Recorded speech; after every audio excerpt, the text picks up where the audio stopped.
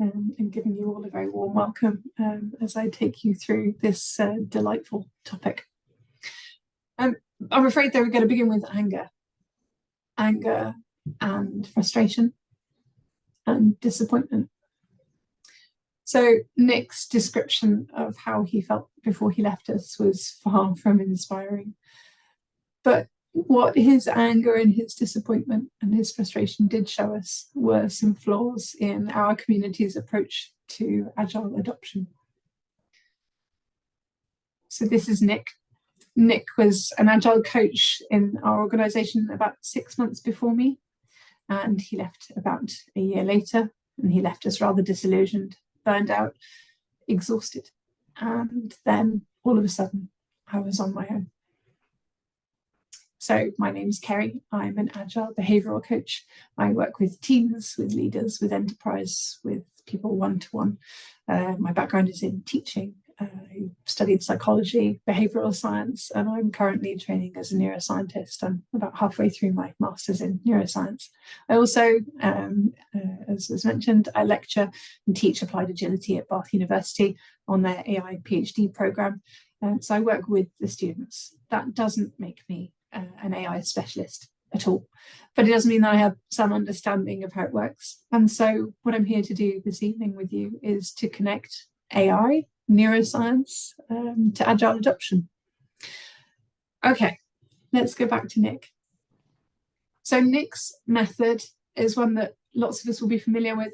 You go into a new organization, you set up your Agile practice, you persuade maybe some leaders to join some ceremonies, you send out emails and converse by email, you have corridor conversations, and then you persuade those same leaders to actually turn up this time. And then you try and persuade those people to actually participate, not sit on their laptops when they do eventually join your ceremony. And then you persuade your developers and your teams that this is a good idea and that it is working. And meanwhile, you field a constant barrage of questions from everybody, from developers, from leaders, from everybody who's not even connected with your team, asking what on earth it is you're all doing here. And then, of course, you tell them again, you have to sell Agile, you describe the process, you talk about the what, the why. And just as with AI prompts, you don't always get it right the first time. So we try our prompts again. We explain what agility is, why it's so good. Maybe we might throw in a little consequence of what happens if you don't, a little bit of Taylorism, a little bit of the value of empirical learning. And we do that again and again. Now, in our case with Nick, unfortunately, it didn't work. Things were going from bad to worse. It really wasn't working. He was facing even more questions. And so he came back with presentations, slide decks, evidence. He talked about the risks, the pitfalls of not approaching things with an Agile point of view. He spoke about the benefits, but all that he got back was skepticism, both from our leadership and from people in our teams. There was eye rolling, and unfortunately for Nick, zero engagement. And this is where we can actually take our first lesson from AI. And that's to talk about training data. So with people, our training data comes from our history. Our experience creates our perception of the world. It does create, unfortunately, some level of bias. And sometimes we end up using our history to create some sense of pattern matching. So we use examples from what's happened before to give us an idea of what's likely to be happening now. Now, the same as with AI, we have a problem when we train our models with poor data. So people had a poor experience in the past before Nick had even arrived on the scene, or they'd heard stories of poor experiences. Now, in machine learning, you have pattern matching with 100 million, 10 million examples. But with people, you have 2 or 3 examples, and that's it. Our idea of what something is set. Or if you're really unlucky, just 1 example. Okay, so what does the neuroscience say in this instance? Well, this is a model from Dr. Dan Siegel called the hand-brain model. And as you can see here, there's a fist with fingers closed over the thumb. The brainstem is your wrist down here. That's the bit that's largely responsible for your heart rate, your breathing, and so on. That sits at the back and goes down into your spine. You've also got the prefrontal cortex, these fingers at the front here. That's the area of our brain that is largely responsible for problem solving, rational thought, creativity. And when you're calm, this is the hand-brain model. It looks like this. That's the model on the left-hand side. Your fingers are down. But when you're flipped, when you're angry, when you're upset, when you're sad or scared, and so on, that's the model on the right-hand side. The fingers are lifted up. That's you flipped. There's an outdated name on there from Dan Siegel's model called the limbic system. That relates to your memory, your consolidated experience of all of your past experiences. But there on your thumb, that's your amygdala. There's actually two of them. They sit kind of behind your eyes. And essentially your amygdala is what kicks off your fight, flight, or freeze response.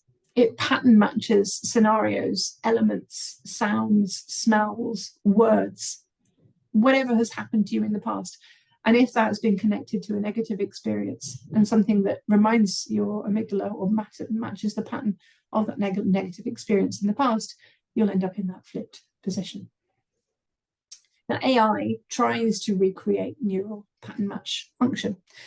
In neural networks, information feeds into neurons. It's given weighting to decide its importance. Output is weighted with the most prescient information coming out or coming back first. So the more emotional a memory, the more harmful or joyful a memory, the more likely it is to come up when your amygdala matches it to something that's happening right now. A smell evokes a happy feeling, or a sound triggers a stress response. Now, this is very similar to your amygdala, as I say. In the center of the picture, you can see your amygdala here. That's the AMYG in the center of this image. And as you can see, this is a map of the brain. Your amygdala gets involved in pretty much everything, all of your neural processes. And if you wonder where your eyes are in this beastie, they're over here, by the way. So Nick was in this scenario trying to sell Agile. Now, before we go any further, what is Agile? What is it that Nick was trying to sell in this instance? Well, I do love a Menti poll, but we've done them to death. So I'm not going to make you do a Menti poll today. You've just done a survey. So I'm going to give you the results of a previous Menti poll instead. And this is what people came up with what is agility. I'll give you a moment just to have a look over what people said. Obviously, the person who said that Nicolas Cage is agility was 100% right. So we've got ideas like adaptability, flexibility, growth mindset, moving with grace, iterating, inspect and adapt, flexible, iterative, change, small steps. Now, what this shows, I hope, is there one concept of agile or of agility? No. What we have here is what's known as a Platonic ideal. So something where we all roughly know what we mean by this word. So for example, a chair, we all know roughly what we mean by a chair. But if we were asked to draw a chair, we'd all draw maybe a slightly different picture. And we would all look at slightly different chairs, but still call them a chair. All of them still are a chair. And so it is with Agile. And so it was with the Agile then that Nick was trying to sell. So poor sad Nick, unfortunately, wasn't selling the same idea as other Agile coaches, either other Agile coaches that had been before, or even as me when I arrived. The ideas that we were sharing with people were similar, but they weren't consistent. They weren't the same every time. They were slightly different versions. He also wasn't selling the same Agile as the leaders were selling to their people, or that the leaders believed that they were buying. We were all using different models, and there was no way to manage that conflict because most of us weren't even really aware. You could say that there was no one Agile to bind them all. And this inconsistency led to some contempt. It led to less trust in what Nick was selling. And so I'll give you again a moment just to read this. This is what ChatGPT throws up when you ask it to to answer a simple question, you'll see that there's some inconsistency. When we get these inconsistencies, it means that we have less trust. Inconsistency in the same way that began to discredit ChatGPT before ChatGPT 4 has come out, it starts to break down that trust. It leads to a discredited system. In Nick's case, it meant that he began to be excluded from conversations. And that frustration that he felt at not being able to do the job that he was there to do led to him flipping his lid. He was going into conversations flipped. Now, when we are faced with these situations, what do? We tell them more facts. We give them more information. Unfortunately, with Nick, the rejection that he was receiving led to a downward spiral. Unfortunately for human beings, rejection leads us to usually exhibit a passive-aggressive sulk. And Nick's response was one of, fine, screw you then. And the reason for this is that when we're rejected, whether it's by leadership, whether it's by teams, even if it's an idea that we're proposing, that rejection registers as physical pain. So in MRI scans, physical pain registers in the same way as emotional pain and vice versa. So when we are rejected, we receive that as if we've been physically hit. So Nick's response was one of rejection. And social rejection can look like all sorts of things. It can look like people saying no. It can look like people ignoring you or not inviting you or uninviting you. It can look like people disagreeing with your idea or people asking why. Why are you doing that? Why are you here? And that's what Nick, as our resident Agile coach, had been facing for the last 6 months. Nick didn't respond to this rejection very well. The trouble is, when we respond, our own training pattern has kicked in. We might berate developers or leaders for dismissing our suggestions, our ideas, our offers of help. But our reactions when they do lead to our downfall just as much as anything else. And what we're doing here is we're kicking off our autonomic response system. So this is where we trigger a response that happens beyond conscious awareness. It's like the code that operates behind AI. And it means that it's hard for us as users or experiencers to control our outputs. But our reactions, when they do, lead to our downfall just as much as anything else. So the best hope that we have is to manage our system prompts. And this is the third mistake that Nick made. Everyone who has ever gotten involved in a debate on Twitter or X knows that, unfortunately, we assume we make decisions based on facts, but we don't. We actually decide, even the most rational of us, we decide based on emotions. That's how we feel about something. So Nick was proposing these facts. Nick was in this situation trying to improve things and trying to persuade people who are swayed largely by emotion, not by him giving them more information, especially not when he's in that flip-lid state. So we make decisions based on how we feel about something. That means all of our past experiences, our biases, our understanding, our perception of the world. We make a decision and then we go with it, even if it's wrong or if it hurts us. Okay, so there's no one Agile. Our history is made up of our past experiences and trigger responses in the moment here and now. And we are full of biases and emotions, not facts. So poor old Nick, having given up, sat on the sofa, he's walked off, he's quit. What can he now do instead? Well, let's imagine for a minute that we now have Nick version 2. And Nick version 2 is going to use principles and learning from AI development and performance and help us to do better. So we're going to refer to some of the AI literature here. So this is an article from Melanie Mitchell. She's the Davis Professor of Complexity at the Santa Fe Institute, and her major work was in analogical reasoning, complex systems, genetic algorithms, and cellular automata. And her paper, Why AI, you can insert change or agile, is harder than we think, was a seminal piece of literature on introducing AI practices.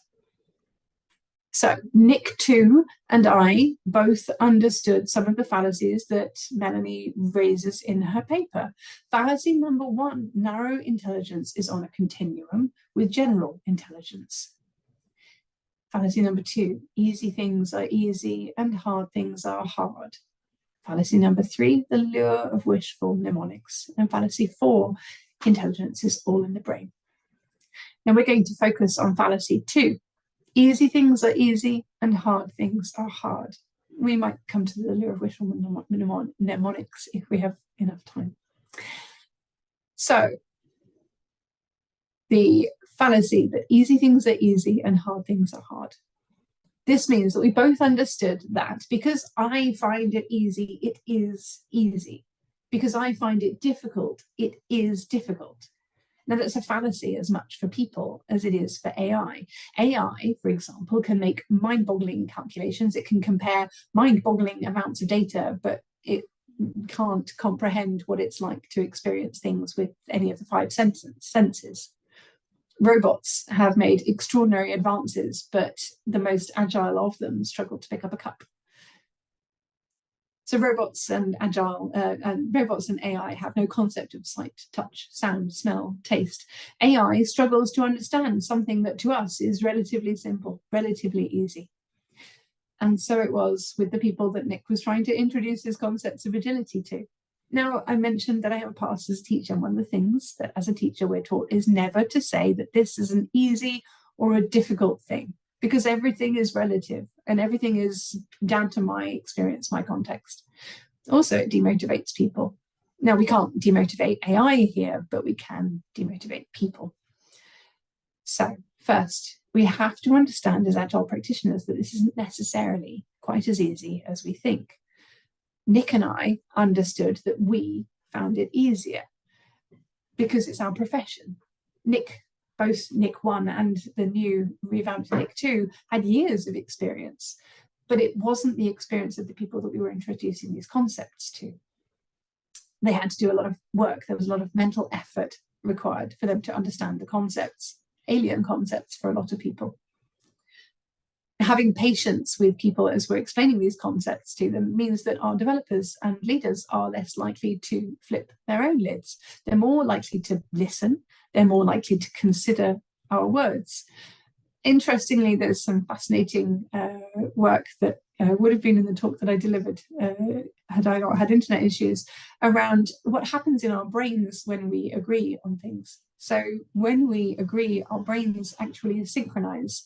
I'm more able to take in what you're saying. You're more receptive to things that I'm saying to you. But the opposite is also true. So when we disagree, for example, if our lid is flipped, if I'm triggered in some way because what you've said is a step too far, if we disagree, then I'm actually less able to even comprehend what you're saying, let alone try and agree with it or find any facts or any insight or any information that I might agree with. I'm physically unable to hear your words because our brains are now actually out of sync. So the study that I would have had for you would have shown some in sync brainwaves, but that's another talk for another time. So in this synchronized state, when we're able to agree, when we're staying in that calm, unflipped state, we're more likely to listen, we're more likely to consider what each other is saying.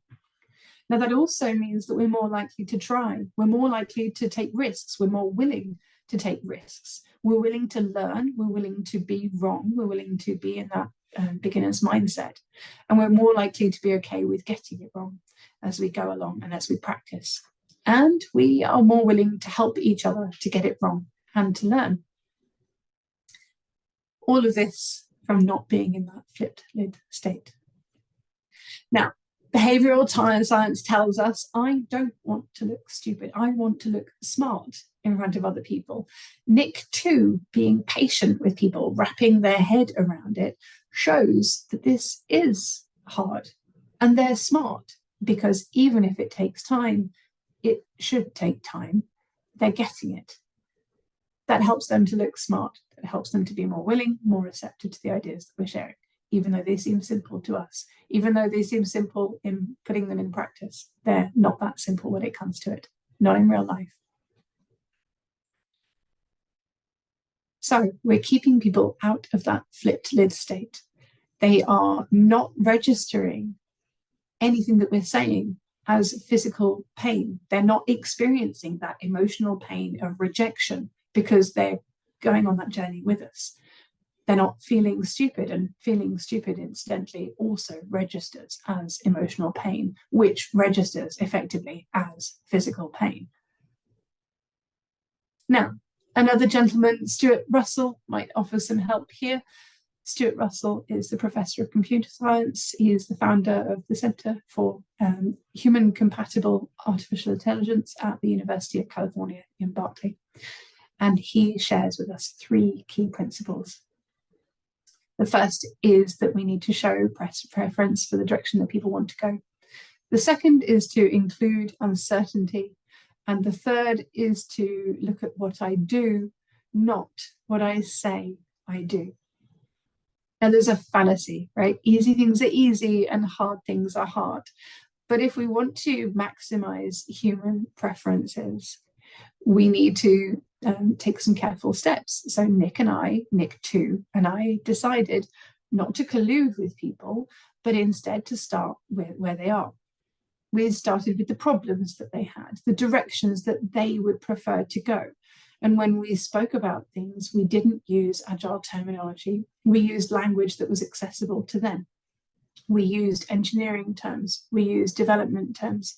And then instead of shaming them for not being in the ideal state of agility that we would like to see the organization in, we noticed, or we accepted that that was the job that we were there to do, that we were there to help them or to let them learn. And then we were able to use prompts and nudges to help them on that journey. Just as we refine our ChatGPT prompts, if we don't get it quite right the first time, trying again gets better responses. And this is all training data. And that's what people learned. We were willing to get it wrong. That made it easier for them to get it wrong. We weren't berating them for not having it right because we weren't getting it right. So we were creating this safe space, showing them that learning is part of the process. Now, we need to look to human guidance on meaning. As I said before, we were using their language. We found examples of things that they already did that could be considered in keeping with agile ways of working. And one of the best conversations that I had, unfortunately after Nick number 1 left, was sat with the CTO, Chief Technical Officer. I listened to his problems. I then explained the logic behind Agile that would help with 1 or 2 of the problems, not using Agile terminology, just the ideas behind the agility that we would apply in that situation.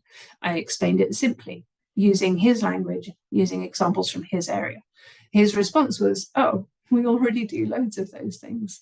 And in that instant, after 6 months of being completely unbought into agile ways of working, he was sold. He actually became a champion of agility in the area and across the organization and to other technical officers in the organization. Now, in the team, we might need to wait for a struggle and then offer an agile way of working that can help. We respond to their pain. So we use the emotion that they feel. Remember, we make decisions based on emotion, not facts. So we harness the emotion that they're feeling from the pain of that situation, and we use that to showcase how agile ways of working, without using the terminology of agile ways of working, how agile ways of working might help. Now, often they don't need to. They can create it themselves, but that's the point. Right? It's not about us or our language. It's about this idea of iterating. We don't have to be the saviors or the heroes in this. We can just help to guide them down the right path. Okay, back to Melanie. So, the lure of wishful mnemonics. I think we have just about enough time, so I'll see if I can whiz through it. Not be too verbose.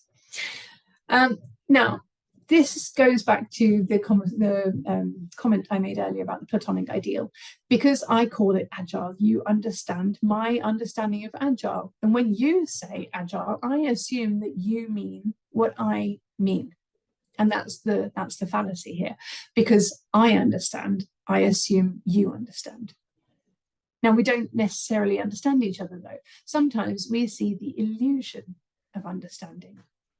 Now, AI isn't sentient, it can't understand, possibly yet, but it can give the illusion of understanding.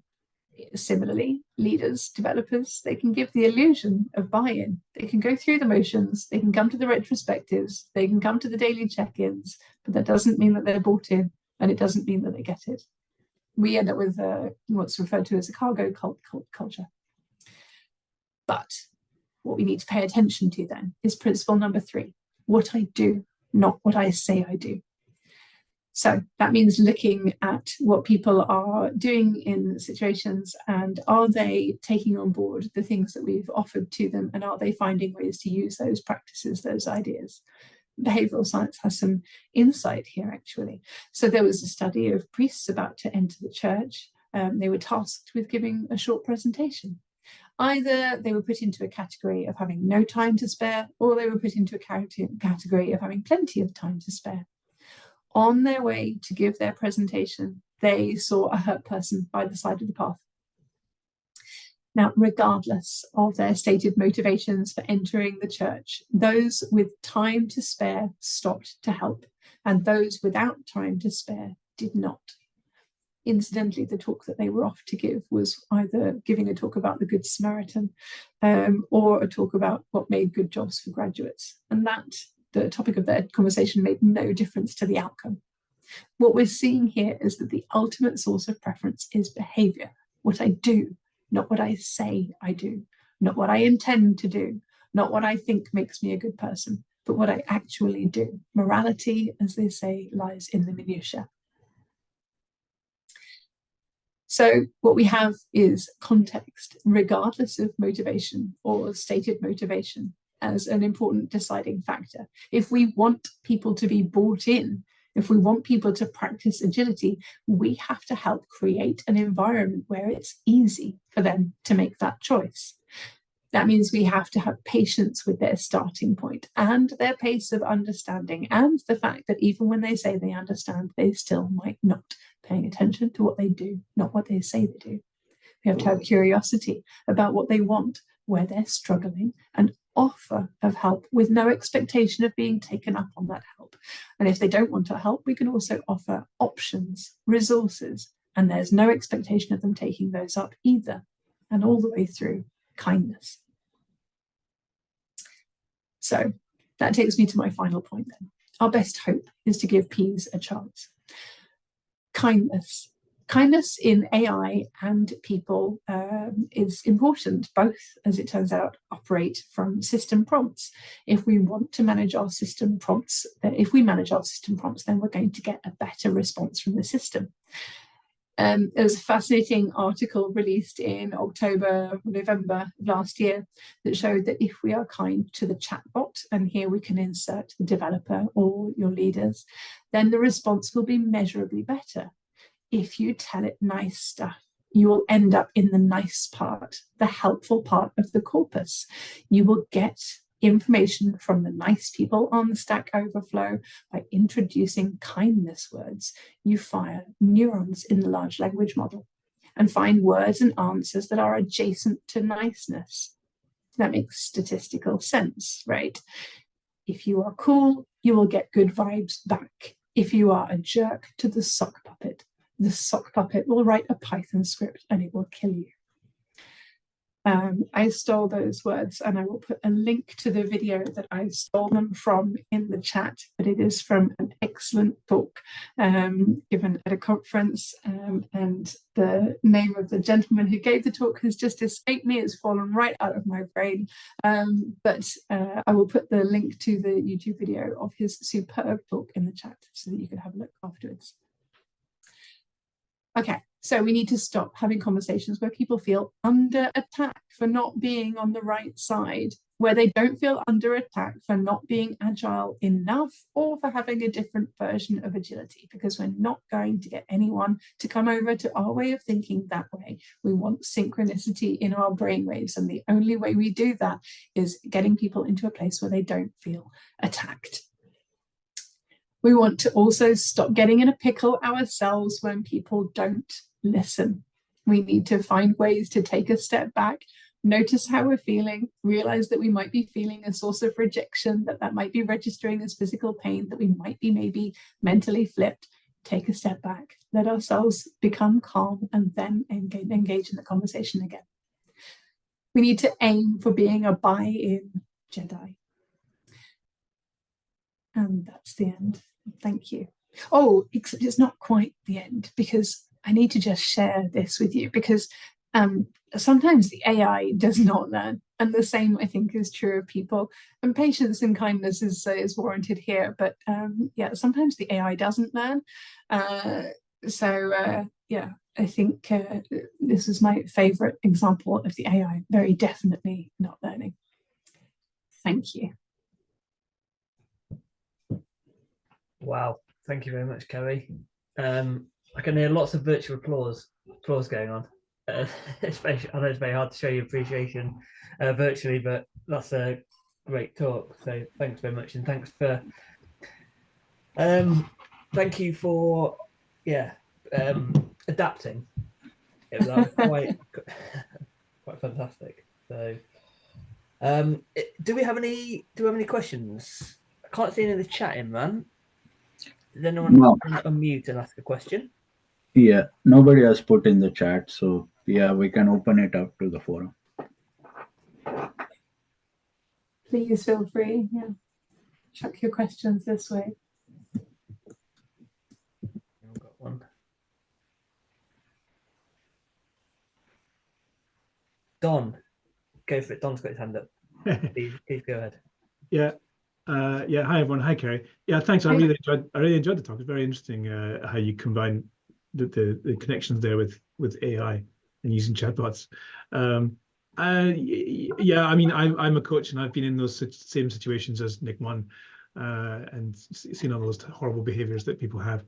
So I wanted to ask, what are the tips? And you mentioned some of the ways we can combat some of the situations we find ourselves in, like from where they are, be patient, be kind.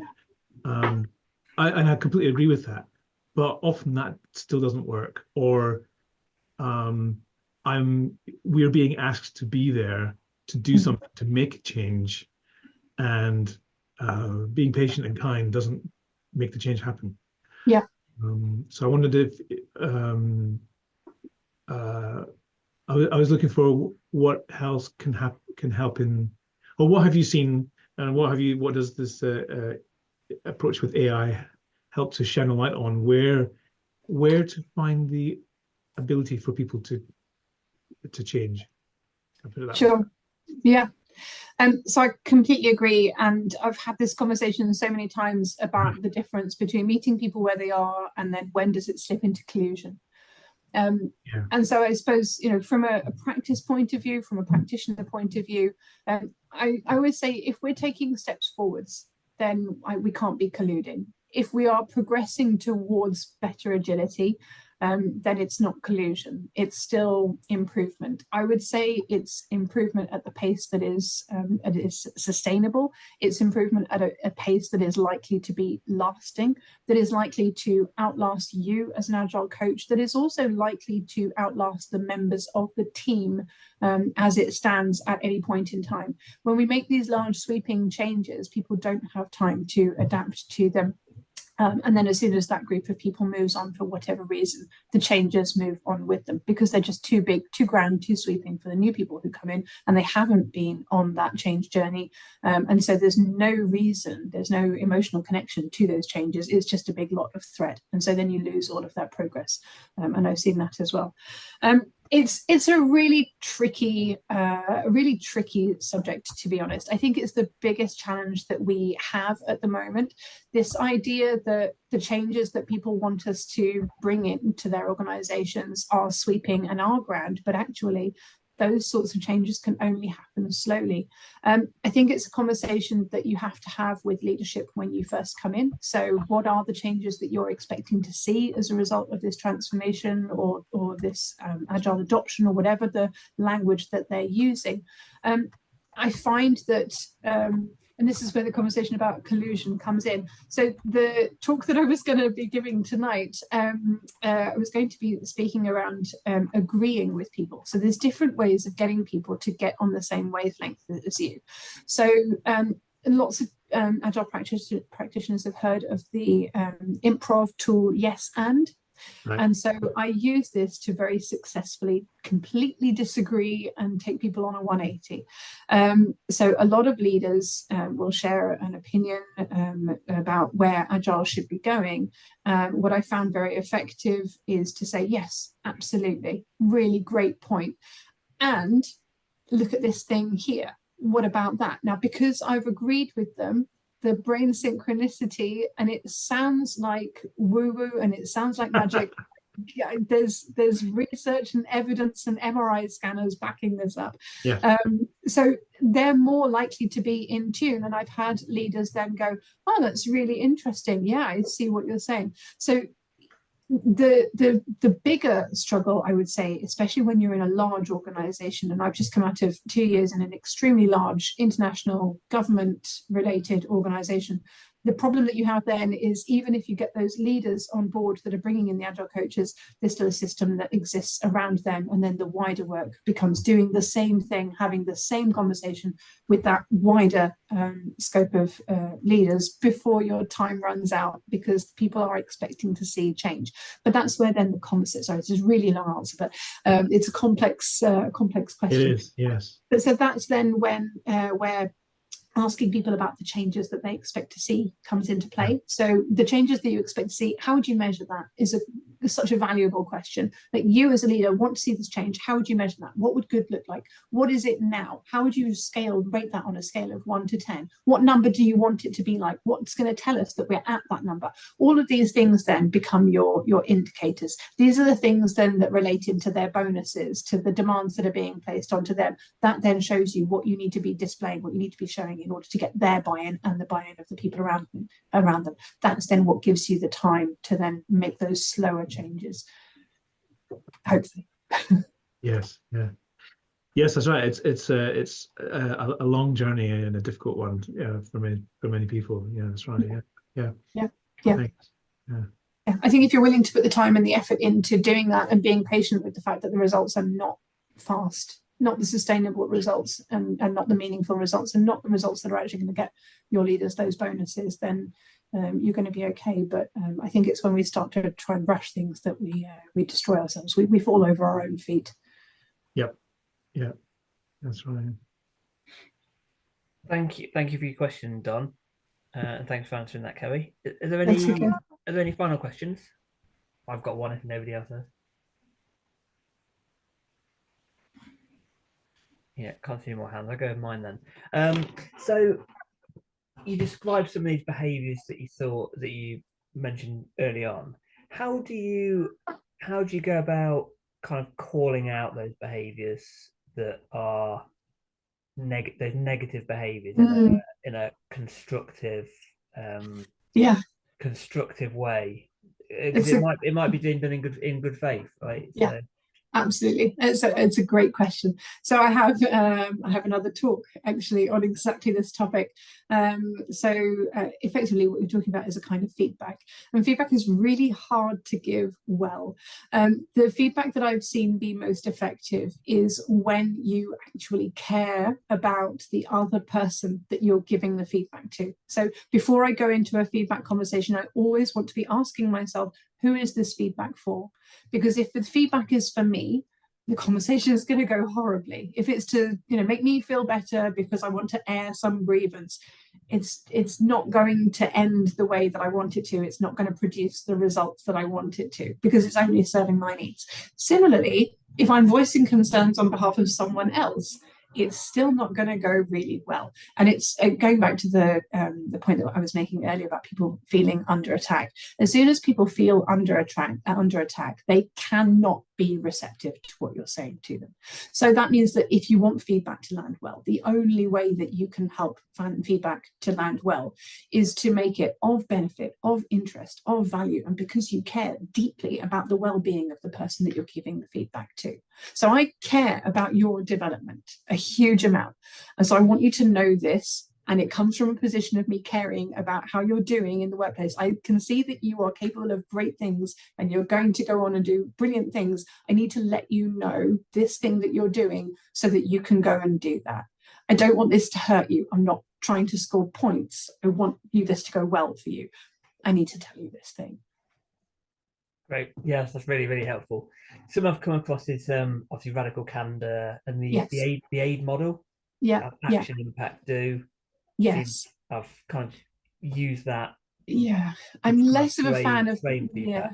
Yeah. And again, those are really popular models of feedback. I think the radical candor has got it really well, because it is that it's the caring element that makes it so important. So when I feel like you care about me, when you give me some really horrible, shitty feedback, I'm more able to be receptive to it, because I don't feel like you're doing it to score points, to attack me, to cause me physical or emotional pain. And so I'm more able to take it on board. It doesn't make it pleasant. Like, don't none of this makes that feedback pleasant or easy or fun. It still does hurt, but I understand that you're doing it to help me, not to hurt me, and that makes it far easier for me to absorb it and to do something about it, and more likely to as well. The way I sometimes try and reassure myself with that is try and reverse it. So thinking, if I was on the receiving end of the feedback, how would I actually feel? And you think, personally, I would take that sort of feedback in the spirit I know it would be intended, and then you think, as someone who's delivering the feedback, think, I mean, so there's something called hot and cold emotional states, which is where so I do the same thing. I think, I'd rather people just told me, like, if I was doing something wrong, I just want to know. And then that's happened. Someone's given me that feedback and I've wanted to go and cry and die in a hole in a corner somewhere, and it really hurts, and I've had to really keep a control of my reactions in the moment. So hot and cold emotional states are right now we're all probably in a relatively cold emotional state, so we're quite rational, we're quite calm, no one's feeling under attack, and so we assume that when we're in that hot emotional state, the point of receiving that feedback, we'd react in the way that we feel right now. Whereas actually what happens is, when we get that feedback or we get into any kind of stressful situation, we're in what's called a hot emotional state. So it's the equivalent of being triggered. And our responses in those situations are outside of our control. The amygdala takes over. It pattern matches, it says we're under threat, and it responds in a way that is designed, evolved to keep us safe. And so all of that rational intent about how I'm going to react to that feedback goes right out the window. And we have to do our level best to hold on to our salience and our professionalism in those scenarios and take it well. Thanks, Ceri. Before we head off, I can't seem to paste the link to the chat, but it's a Scott Hanselman video, and I'm so sorry to Scott Hanselman for forgetting his name. It's a fantastic talk, fascinating talk on AI, I highly recommend you go and check it out, because it's brilliant, as is he. Maybe we could find it and we could paste it. Scott Hanselman, yes.